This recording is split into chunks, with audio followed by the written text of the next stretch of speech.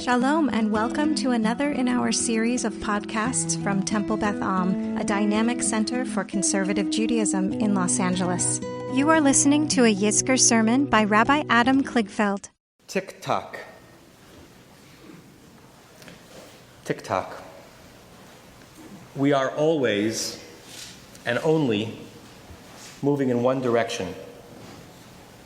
Birth getting farther and farther away, and death coming closer. The only real commodity is time. I think the first time this became really clear to me was in something I either read or saw in my teenage years. I don't remember if it was a short story or some kind of Twilight Zone episode. But I remember that it took place in a world where currency was not dollars, but minutes. What you had in the bank was the time you had left. If you invested and earned well, you had longer. And if luck ran out, so did time. The vignette ended in a casino, with a gambler having gone on a terrible losing streak, continuing to hope that the next big bet would earn him back the years, the decades that were gone. But he kept losing, and he was almost broke. He had a friend at the other end of the casino. If he could just reach that friend could lend him some time. He would pay it back, promise. He goes searching for his friend as his last remaining minutes go by. Tick-tock. I read or saw that once, maybe 35 years ago at this point, and it stuck with me.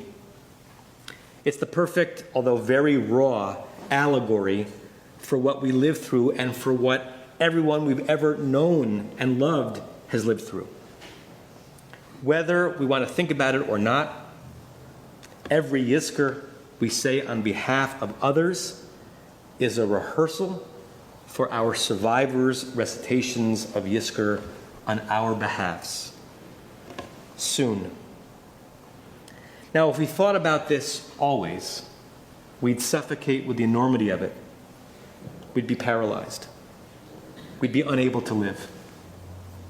But if we thought about this never, we would be in willful ignorance, only temporarily blissful. We'd forget to live. But it's there. The expiration date on all of our lives and all of our loves. One of my favorite comedians is Brian Regan, and I love him because he's smart and he's wise and he's clean. He's thought of as the comics comic. And he has some really great material about getting older and the inevitable and lasting pains and bad news. In one quip, he says, "I got up recently one morning and realized my hip hurts. I guess forever." What he does with humor, others do with existential aphorisms. One that has materialized in my mind recently after an odd streak of painful joints, appliances needing fixing, aging parents, communal losses, and other hard things ranging from the stupid and the mundane to the sublime and the overwhelming is this. Life is sometimes waiting for the next rotten thing to happen. And then perhaps an add-on as a bit of a salve. And life is about extracting some sweetness, some joy, in between the rotten and calling that a victory. Here's a more lyrical way of saying it.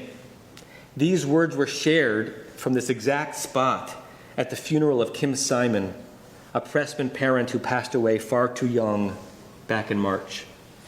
These were shared by one of Kim's loving friends and colleagues and were apparently some of the last words that Kim herself ever said. Life is suffering, punctuated by moments of pure majesty. Be sure to live. On some level, that should be the beginning and the end of every Yizkor sermon. Is there anything more important to ruminate on? but let me extend it a bit. Last autumn, we hosted the Israeli author Dorit Rabinyan as the inaugural Dr. Baruch Link Memorial Scholar in Residence. Rabinyan became famous for her book, All the Rivers, which tells the aching and touching and controversial love story between a Jewish Israeli woman and a Muslim Palestinian man who meet in New York. From the beginning of their love affair, the protagonist, who's a pretty obvious avatar for the author Dorit herself, is aware that their love cannot last. It's a diaspora love. Its forbiddenness only koshered by its temporariness, and is taking place in exile outside of Israel. In one scene, she writes about this so poignantly, wondering if Chilmi, her lover, feels the same way. She writes, "That afternoon we met for lunch at Cafe Aquarium, and then I went to the East Village with him to get his haircut. In the evening, we saw the new film about Frida Kahlo, and when we walked out, he hugged me, and he asked me why I was in such a bad mood. I said I'd just woken up like that, and I avoided telling him anything the next morning, too, when I woke up with that fateful feeling. And all Saturday, when it stayed with me, when we sat at the Korean cafe near his place, cooked pasta for dinner, and went back to bed, I couldn't stop calculating how many of these lovely sunlit mornings we still had together. I couldn't stop silently counting the days and the nights, tallying how many cups of coffee we had left, how many walks and meals, how many kisses."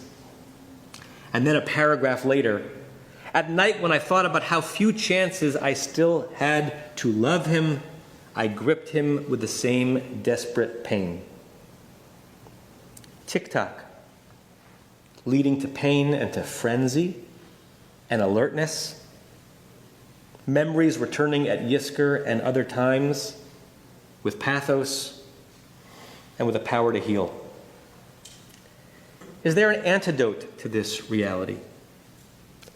There's no pill against mortality, but are there things we can do today and all days which, to borrow from the Unatana Tokaf liturgy on the high holiday, Ma'avirin et roa hagzera, that lessen the severity of the decree? I want to suggest two: talk and tell. At my maternal grandfather's unveiling, my mother spoke, which she rarely does in such settings. And she overflowed with emotion and with sage wisdom. She spoke about what the ritual of Kaddish had meant to her. Before her father's death, she had been a Shabbat shul goer, but not a daily minyaner. But for those 11 months, she committed to saying Kaddish with a minyan at least once per day. At his grave, as we were revealing the stone, she said that for her, the Kaddish had not been a prayer for the dead, but a prayer to the dead. Her mouth formed ancient Aramaic words praising God, but they were a vehicle for her heart to form modern words speaking to Daddy. She rode the words of the Kaddish like a surfer rides the wave and the words creating the direction and the momentum, but the surfer and the mourner creating the meaning and having the experience. For my mother, this ritual had material benefit. In her words then, she said, Kaddish helped turn an absence into a presence. I'll never forget that sentiment. And though I rue the days which I know are inevitable and sooner than I could ever wish, I will try to remember it when it is my turn to say Kaddish and speak to her. Mourning and grief thrum with absence. Our own Dr. Michael Berenbaum has explained Poland after the Shoah with evocative words. This is what he said about his first visit to Sobibor, one of the Nazis' extermination camps. He wrote, "There's a paradox. It is the presence of absence and the absence of presence." Those words describe Sobibor and Auschwitz and Majdanek, and also all of life after loss. Michael goes on, you see something, and what you see is also what is not there. How true. And what we do with and what we do to the ones whose presences are absent and whose absences are so heavily present, can be the difference between grief that is overwhelming and grief that is, while obviously still sad, somehow ennobling. For my mother, it was talking to her daddy using the words of Kaddish. Now, apparently, talking to the dead is not just for necromancers and mediums. It's becoming more popular to do it and to admit to doing it. Margaret Rankel, a Nashville-based author, had an essay in the New York Times about this in January. It was entitled, "More and More I Talk to the Dead." Here's part of what she wrote.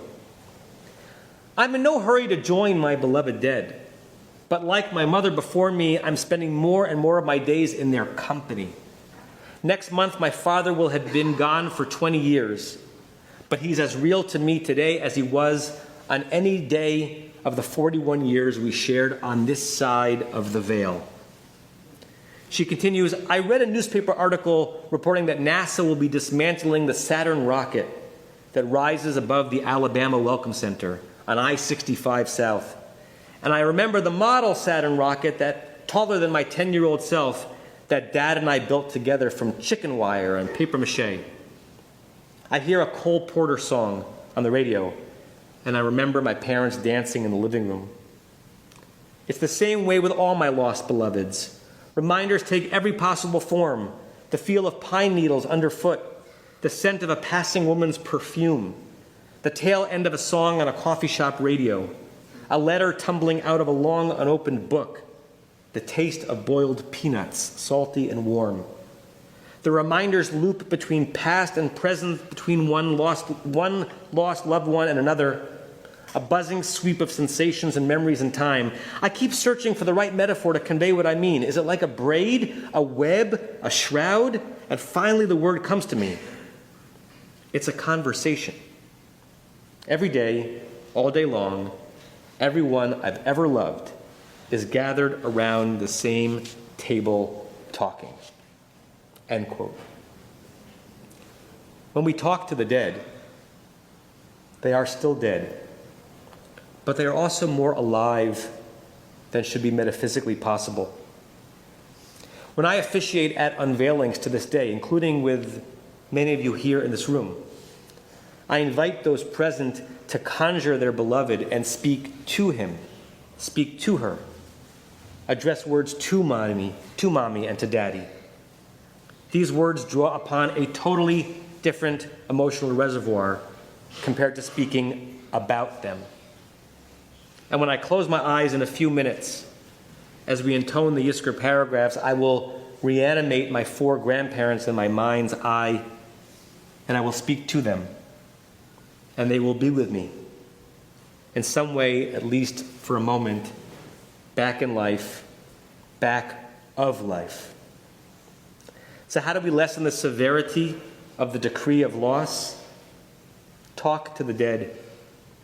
Don't just describe the divine power as Mechayeh HaMetim, reviving the dead. Talk to your loved ones and be their revivifying power. The other stratagem comes right from the holiday we are concluding. The central obligation of the Jew on Pesach is not to avoid chametz, not to buy glotmart out of kosher for Pesach almond milk, something which someone must have done before we got there Tuesday because there was none left, and I'm very unhappy about it. The primary duty is lissaper, to tell and retell an ancient story so that it's no longer ancient. It becomes contemporary. I share a teaching by the Sfat Emet, Rabbi Yehuda Aryeh Leib Alter, one of the most beloved of the Ger Rebbes. I learned it from my colleague, Rabbi Yafa Epstein. In several places in his commentary on Pesach, the Sfat Emet speaks about how we don't really understand something while we're going through it, and only later, through speaking about it and telling the story of the events, do we make order, do we make Seder out of it. In the Pesach context, the Jews did not understand their redemption. It happened so fast, b'chipazon, hurriedly. And thus, when we retell their story, we're not just reminiscing about a past event. We are retroactively recreating that redemption for them as if it were happening now. This reading really raises the stakes of the Magid section of the Seder, and also, I would suggest, the Magid section of our lives. The Magid section of family gatherings. When we tell the stories over and over again, when our kids groan because one more time we're telling the story about when Grandpa told that joke, or how great Uncle Irving would make us laugh at Seder by putting Groucho Marx costumes on our faces. We're not just dipping into nostalgia, a word which from the original Greek is about homesickness or aching to be there and then, long ago. When we tell stories, we do the opposite. We're not transporting us to them then. We're bringing them to life, to us now. And we're making sense of the arc of their lives, perhaps in a way, in an order, a seder, that may even have been obscured to them. The late Rabbi Lord Jonathan Sacks has a similar insight when he describes the utter unlikelihood of the notion that of the two ancient enemies that the Exodus story describes, the powerful, nearly immortal Egyptians led by Pharaoh, or his ragtag slaves, that it would be the slaves who would persist, and the enslavers and their culture that would be lost to history? That's preposterous. No one would have believed it at the time. How did that come about? To Rabbi Sacks, it is connected to what each culture valued. Their culture valued building edifices and power, pyramids and palaces. In Rabbi Sacks's words, ancient and thus also modern Jewish culture gives a different answer to what is important and towards continuity. He wrote, you don't need to create monuments. All you need to do is tell the story. Generation after generation. You need to engrave your values on the hearts of your children and they on theirs so that you live on in them and so on to the end of time. You need to build a civilization around the home, the school, and education as a conversation between the generations. End quote. Talk and tell. It's not a slogan for a wireless company. It's a slogan for life. And in the only ways we are capable of, it's a slogan for conquering death. This past Shabbat, we read from Shir HaShirim, the Song of Songs, the poem that simultaneously tells of the love between earthly lovers and between God and the Jewish people. Nearly the entire text is about a love from a distance, a love despite absence, love with nearly no presence. In the last chapter, we have this verse, Simeni chachotam alibecha. One lover is talking to the other who is far, who is distant, and says, make me a seal upon your heart. Why? How? Ki azah hamavet ahava. Because love is stronger than death.